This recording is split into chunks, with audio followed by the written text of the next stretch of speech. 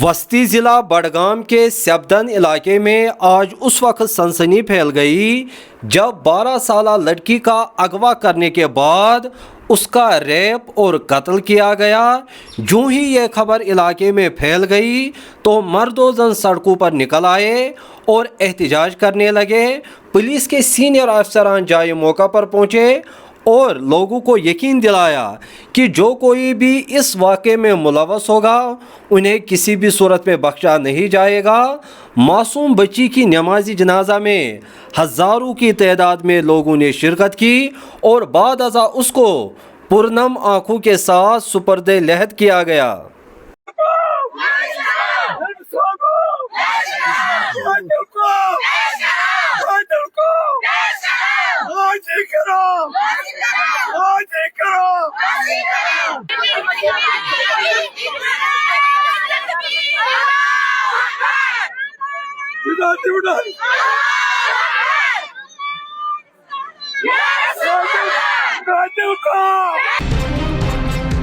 ادھر S S P Budgam کا کہنا ہے کہ ابتدائی شواہد اس بات کی صاف نشاندہی کرتے ہیں کہ یہ معاملہ ریپ اور قتل کا ہے۔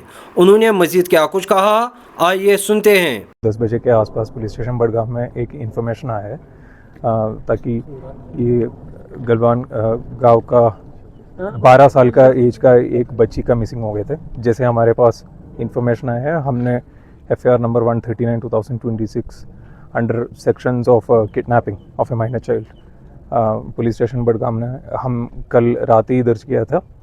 اس کے بعد پورا رات لگاتار سرچ ایکٹیویٹی بھی ہوا ہے۔ انفارچونیٹلی آج صبح تقریباً 7:15 بجے بچی کے ڈیڈ باڈی ہمیں گھر کا 200 میٹر نزدیک ایک پرٹیکولر پلاٹ سے مل گیا ہے۔ جیسے ڈیڈ باڈی ملا ہے اس کا میڈیکو لیگل فارمیلٹی سارے ہم نے فائنلائز کیا ہے۔ ابھی پرائما فیسی یہ لگ رہا ہے it's a case of rape and murder. ہم نے جو بھی ریلیونٹ سیکشنز آف لا ہے وہ اس میں ایڈ کیا ہے، اور پبلک سے میرا ایک ہی گزارش ہے کہ اس میں مس انفارمیشن اور ایسا کوئی unverified contents, unverified news publicise اور شیئر سرکولیٹ مت کر لیجیے گا۔ پولیس ٹیم آپ کے ساتھ ہے، کرپیا پولیس کا انویسٹیگیشن میں آپ پورا بھروسہ رکھ لیجیے گا۔ اس میں جتنا جلدی ہو پائے گا اتنا جلدی یہ کیس کریک بھی ہو جائے گا and the culprit will be produced in front of you. Investigation ابھی پریلیمنری اسٹیج پہ ہے۔ ابھی میڈیکو لیگل کا جتنا فارمیلٹیز ہے ہم نے آئیڈینٹیفائی کیا ہے۔ ہمارا فرسٹ اسٹیپ یہاں پہ جہاں سے ہم کو ڈیڈ باڈی ملا ہے اس ایریا کا ایکسٹینڈڈ سرچ ہے، جو ہم نے کروانے کے لیے جا رہا ہے۔ اپنے جو پولیس کا کینائن ٹریسر ڈاگ سے اس کو بھی ڈپلوائے کر رہا ہے، اور جہاں سے ڈیڈ باڈی ملا ہے اس کا تقریباً 1 کلومیٹر ریڈیس کا جتنا ایریا ہے ہم پہلے وہ سرچ کریں گے، اور جتنا یہاں کا لوکل سسپیکٹڈ پرسنس ہے اس کو بھی ہم لائیں گے، اور جتنا یہاں پہ پریزنٹ CCTV کیمراز ہے اس کا بھی seizure as well as checking ابھی لگاتار پیرللی چل رہا ہے۔ لوگوں سے میرا گزارش ایک ہی ہے، انسیڈنٹ تو ہوا ہے، ابھی پولیس کے ساتھ آپ پلیز کوآپریٹ کر لیجیے اور تھوڑا سا پولیس کو ٹائم دے دیجیے۔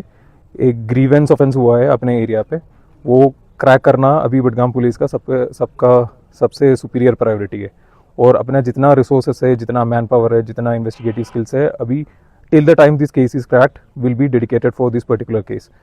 اور جیسے میں نے پہلے آلریڈی بول چکا ہے، مس انفارمیشن اور انویریفائڈ رپورٹس ابھی پلیز سرکولیٹ مت کر لیجیے گا، اور since the kid being underaged, بچی کا جو فوٹوگرافس ہے، بچی کا نام، پیرنٹیج وغیرہ، جو بھی کریڈینشیل جو بچے کا آئیڈینٹی جو ریویل کرتا ہے وہ بھی سوشل میڈیا اور کائنڈلی میڈیا پہ نہیں ڈال دیجیے گا۔ انڈر ایجڈ وکٹمس کا یہ ڈیٹیل شیئر کرنا، فوٹو شیئر کرنا، ویڈیو شیئر کرنا اس سے پنشبل آفینس آلسو۔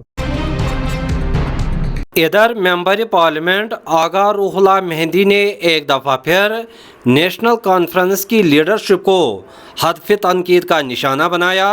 انہوں نے مزید کیا کچھ کہا، آئیے سنتے ہیں۔ میں ان الفاظ کا استعمال کروں گا، یہ تماچا ہے جموں کشمیر کی لیڈرشپ کے منہ پہ۔ لداخ کا ایک چھوٹا سا خطہ، وہاں کی لیڈرشپ اگر ایک ہو کے لڑ سکتی ہے گورنمنٹ آف انڈیا کے خلاف اور اپنے حقوق حاصل کر سکتی ہے، یہاں کی لیڈرشپ کے سامنے کوئی جواز ہی نہیں ہے۔ اور یہی لڑائی میں کہتے آ رہا تھا پچھلے 5-6 سالوں سے یہاں کی لیڈرشپ سے لڑنے کے لیے، جو وہ لڑ نہیں رہے، اور لداخ کے عوام نے دکھایا کہ لڑائی کیسے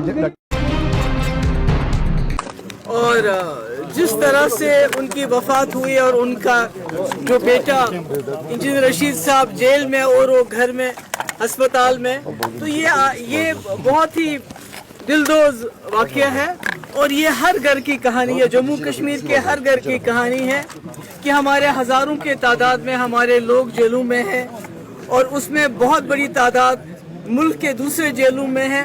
انجینئر رشید صاحب ایک باعزت ایک ممبر پارلیمنٹ ہے، تو ان کو کہیں نہ کہیں عدالت نے شاید پریشر میں آ کے اتنا موقع دیا کہ اپنے والد کے پاس ان سے کچھ دیر مل سکے اور ان کے جنازے میں شامل ہو سکے، مگر ایسے کئی لوگ جو 2019 کے بعد جیلوں میں ہیں اور ان کے گھر میں ان ماں باپ اس دنیا سے چلے گئے، مگر ان کو ان کے ساتھ ان کے چہرہ دیکھنے کا بھی موقع نہیں ملا، ان کے جنازے میں شمولیت کرنے کا بھی موقع نہیں ملا۔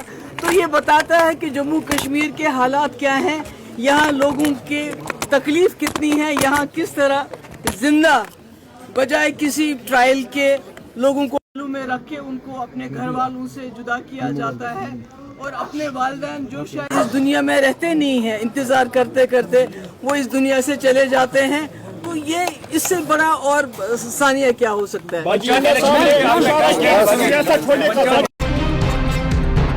کشمیر کی روحانی تاریخ میں اگر کسی شخصیت نے دلوں کی دنیا بدل دی ہے تو وہ ہے حضرت امیر کبیر میر سید علی حمدانی رحمۃ اللہ علیہ، وہ عظیم صوفی، فلسفی اور تہذیبی معمار جنہوں نے وادی کشمیر کو ایمان، عرفان، اخلاق اور فنون لطیفہ کا بے مثال خزانہ عطا کیا۔ آپ رحمۃ اللہ علیہ تاجکستان کے شہر ہمدان سے ایک ہمہ جہت قافلے کے ساتھ کشمیر آئے، قافلہ جس میں علماء، صوفیاء، خطاط، تاجر، معمار اور ہنرمند شامل تھے۔ اس سفر نے صرف لوگوں کے عقائد نہیں بدلے بلکہ کشمیر کی تہذیب کا نقشہ بدل کر رکھ دیا۔ پشمینہ، نقشہ کاری، خطاطی، کشمیری دستکاری، یہ سب فنون آپ رحمۃ اللہ علیہ کے قافلے کے ذریعے نئے رنگ، نئی روح اور نئی پہچان پاتے گئے۔ لیکن آپ کا سب سے بڑا عطیہ صرف فنون یا تجارت نہیں تھا بلکہ کردار کی تعمیر تھی۔ آپ رحمۃ اللہ علیہ نے کشمیریوں کو یہ سبق دیا کہ اصل اسلام محبت، اخلاق اور خدمت کا نام ہے۔ آپ خود اس کا روشن ترین نمونہ تھے۔ آپ رحمۃ اللہ علیہ کی تعلیمات کا خلاصہ 2 جملوں میں سمٹ جاتا ہے: انسان سے محبت اور خدا کی طرف رجوع۔ اور یہی وجہ ہے کہ آج بھی آپ کو بانی روحانیت کشمیر کہا جاتا ہے۔ حضرت امیر کبیر رحمۃ اللہ علیہ نے اس وادی کو نور دیا، شعور دیا، زندگی دی، وہ نور جو 7 صدیاں گزرنے کے بعد بھی کم نہیں ہوا۔ علامہ اقبال رحمۃ اللہ علیہ نے آپ کی شان کچھ یوں بیان کی: سید سادات سالار عجم، دست او معمار تقدیر امم، یعنی وہ سیدوں کے سردار، عجم کے رہبر، جن کے ہاتھوں نے قوموں کی تقدیر سنواری۔ حضرت امیر کبیر رحمۃ اللہ علیہ کشمیر کی روح، اس دھرتی کا ایمان اور وادی کا ابدی نور ہے۔ سرحدی ضلع راجوری کے جنگلی علاقے میں سیکیورٹی فورسز اور ملیٹنٹوں کے مابین شدید گولیوں کا تبادلہ ہوا ہے۔ ذرائع کے مطابق مصدقہ اطلاع موصول ہونے کے بعد فوج نے جوں ہی راجوری کے گمبھیر مغلان جنگلی علاقے کو محاصرے میں لے کر تلاشی آپریشن شروع کیا تو اسی اثنا میں وہاں پر موجود ملیٹنٹوں نے فائرنگ شروع کر دی۔ چنانچہ سیکیورٹی فورسز نے بھی جوابی کارروائی کا آغاز کیا، جس دوران شدید گولیوں کا تبادلہ شروع ہوا۔ آخری اطلاعات موصول ہونے تک علاقے میں آپریشن جاری تھا۔ اس سلسلے میں مزید تفصیلات کا انتظار ہے۔ ماہر موسمیات سونم لوٹس کا کہنا ہے کہ وادی کشمیر میں خراب اور بے ترتیب موسم کا سلسلہ 25 مئی تک جاری رہنے کا امکان ہے، جس دوران کبھی دھوپ، کبھی بارش، کہیں بادل، کہیں سرد ہوائیں، ایسا غیر مستحکم موسم